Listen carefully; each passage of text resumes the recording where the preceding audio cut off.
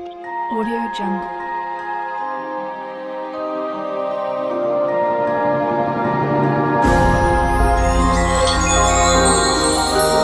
Audio Jungle.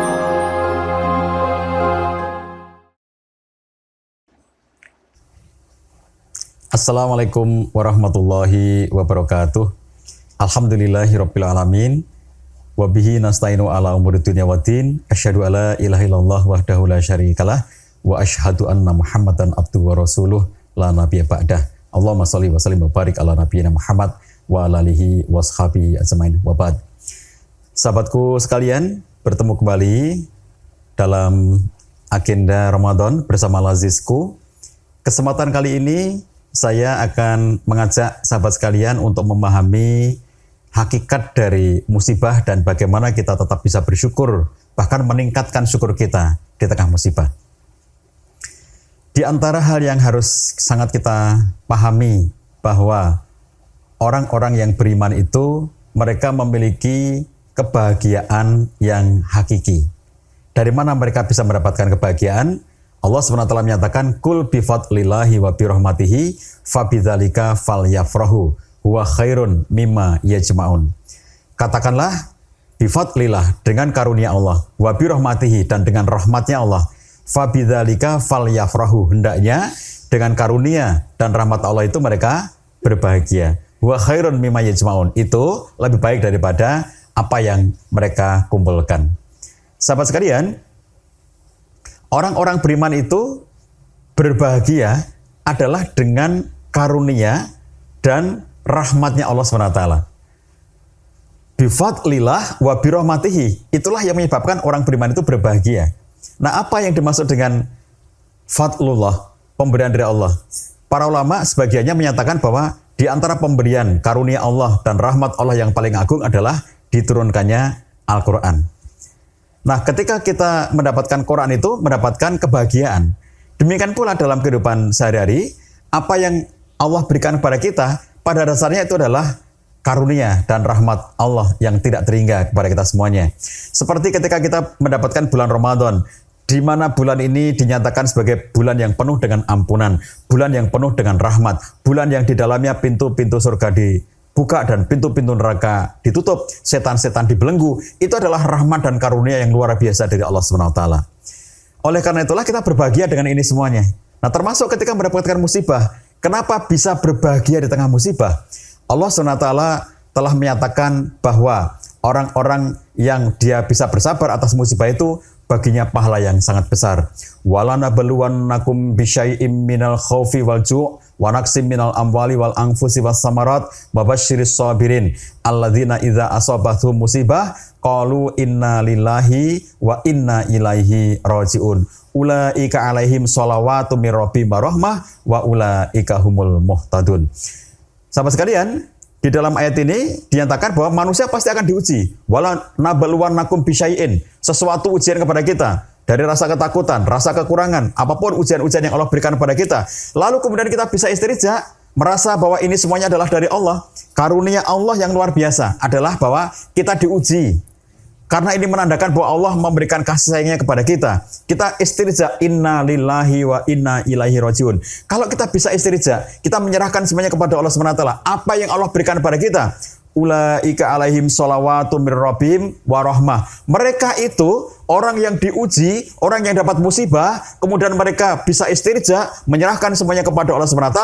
Orang-orang seperti ini yang akan mendapatkan sholawatu mir rabbihim. Selawat dari Allah SWT. Masya Allah. Apa yang dimaksud dengan sholawatu mir rabbihim? Kalau sholawat itu diberikan kepada Nabi Muhammad SAW, maka seperti yang kita pahami itulah sholawat atas Nabi. Tetapi ketika sholawat itu Allah berikan kepada manusia, yang dimaksud adalah keselamatan. Maka ketika kemudian kita mendapatkan ujian dari Allah SWT, kita mendapatkan keselamatan dunia akhirat. Kalau kita mampu bersabar dengan apa yang Allah berikan kepada kita. Allah berikan berbagai macam kebaikan dan rahmat. Ulaika alaihim sholawatu mir rabbihim wa rahmah. Masya Allah. Karena ketika kita mendapatkan ujian itu, disitulah Allah berikan kepada kita sholawatu mir rabbihim. Allah berikan kepada kita rahmat dari Allah SWT. Syuraih Al-Qadhi, seorang ulama menyatakan bahwa aku memuji Allah 4 kali setiap kali aku mendapatkan musibah. Kalau pas hari-hari biasa yang tidak ditimpa musibah, dia memuji Allah. Tapi ketika kemudian dia mendapatkan musibah, maka dia memuji Allah 4 kali. Artinya apa? Syukurnya lipat 4 ketika dia mendapatkan musibah. Kenapa demikian? Kata surah Al-Qadhi, 1. Aku memuji Allah karena Allah tidak memberikan kepadaku musibah yang lebih berat daripada apa yang aku alami ini. Jadi di dalam pandangannya surah Al-Qadhi, banyak banget musibah-musibah yang diberikan Allah kepada orang-orang lain yang jauh lebih berat. Apa yang menimpa kita hari ini itu tidaklah lebih berat daripada ujian-ujian yang menimpa orang-orang lain atau umat-umat yang ada di berbagai tempat yang lainnya. Apalagi umat-umat terdahulu. Bapak-bapak sekalian, sahabat sekalian, kita mengingat misalnya kayak apa Allah SWT berikan cobaan kepada Ashabul Ukhdud. Ketika mereka menyatakan keimanannya, mereka harus berhadapan dengan risiko. Sampai penguasa pada waktu itu membuat parit api untuk menguji satu persatu apakah mereka tetap setia dengan raja ataukah mereka sudah mengikuti agama tauhid. Begitu mereka menyatakan kalimat tauhid, semuanya dilemparkan ke parit api. Qutila Ashabul Ukhdud. Tetapi kalau kita perhatikan di situ, apa yang Allah berikan berupa musibah itu menyebabkan mereka mendapatkan kemuliaan kelak di surganya Allah SWT. Wadzalika fauzul kabir. Itulah pernyataan Allah SWT di akhir kisah tentang Ashabul Ukhdud. Dzalika fauzul kabir. Itulah kemenangan yang besar. Padahal kalau ngelihat kondisinya, mereka itu terpanggang di parit api. Mereka semuanya terbakar di parit api. Mereka semuanya mati di parit api. Tetapi Allah SWT menyatakan dengan keimanan mereka, dengan istiqomah mereka menghadapi musibah itu, maka kemudian mereka mendapatkan kemenangan yang besar. Wadzalika fauzul kabir. Musibah yang luar biasa besarnya. Dan yang kita hadapi nggak kayak begitu. Tidak selevel dengan itu. Yang kita hadapi itu hanya musibah-musibah dalam hal skala-skala yang lebih kecil daripada yang dirasakan oleh saudara-saudara kita atau orang-orang pada masa-masa terdahulu. Dibandingkan misalnya kita dengan masyarakat yang ada di tempat lain, misalnya ya, kita masyarakat Indonesia sedang mengalami pandemi. Situasi ekonominya sedang menurun. Oke lah, itu betul bagian dari musibah.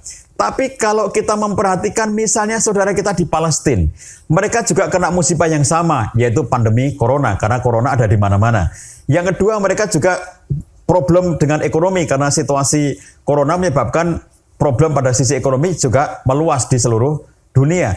Tetapi kemudian ditambah lagi di Palestina terjadi situasi-situasi yang jauh lebih tidak mengenakan dibandingkan dengan apabila kita berada di Indonesia.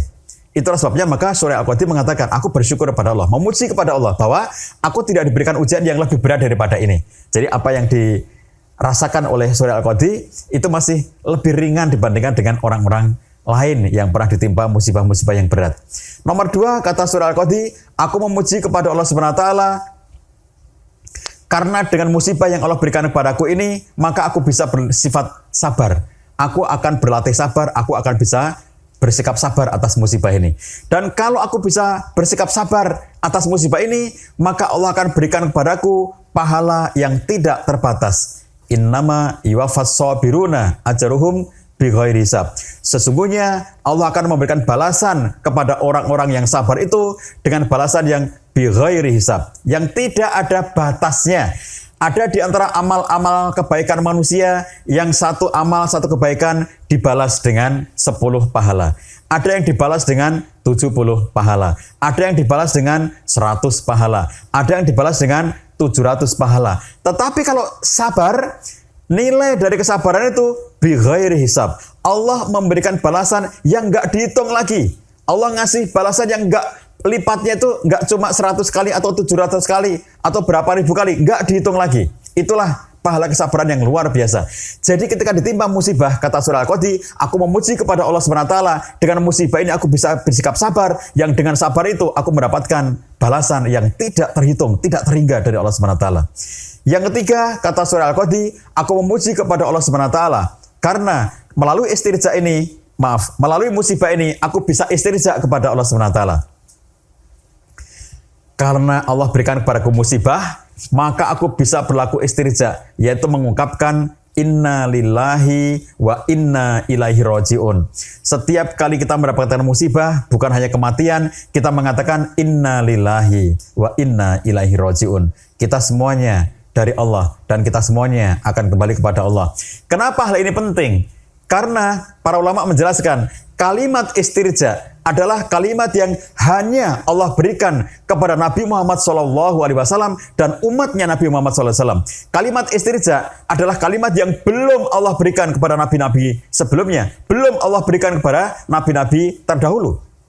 Para ulama mengatakan seandainya kalimat istirja itu sudah diberikan kepada nabi-nabi terdahulu, tentulah ayahnya Nabi Yusuf, dia tidak akan mengatakan ya asafa ala Yusuf. Ternyata yang disampaikan oleh ayahnya Nabi Yusuf ketika kehilangan Nabi Yusuf adalah ya asafa ala Yusuf. Dia tidak mengatakan inna lillahi wa inna ilaihi raji'un. Andai saja pada waktu itu kalimat istirja sudah diberikan kepada nabi-nabi terdahulu, tentulah ayahnya Nabi Yusuf akan mengatakan inna lillahi wa inna ilaihi raji'un. Ternyata kalimat itu tidak muncul dari beliau. Inilah para ulama mengatakan kalimat istirja adalah kalimat keistimewaan bagi umatnya Nabi Muhammad SAW, di mana kita diberikan kalimat istirja untuk kembali kepada Allah SWT.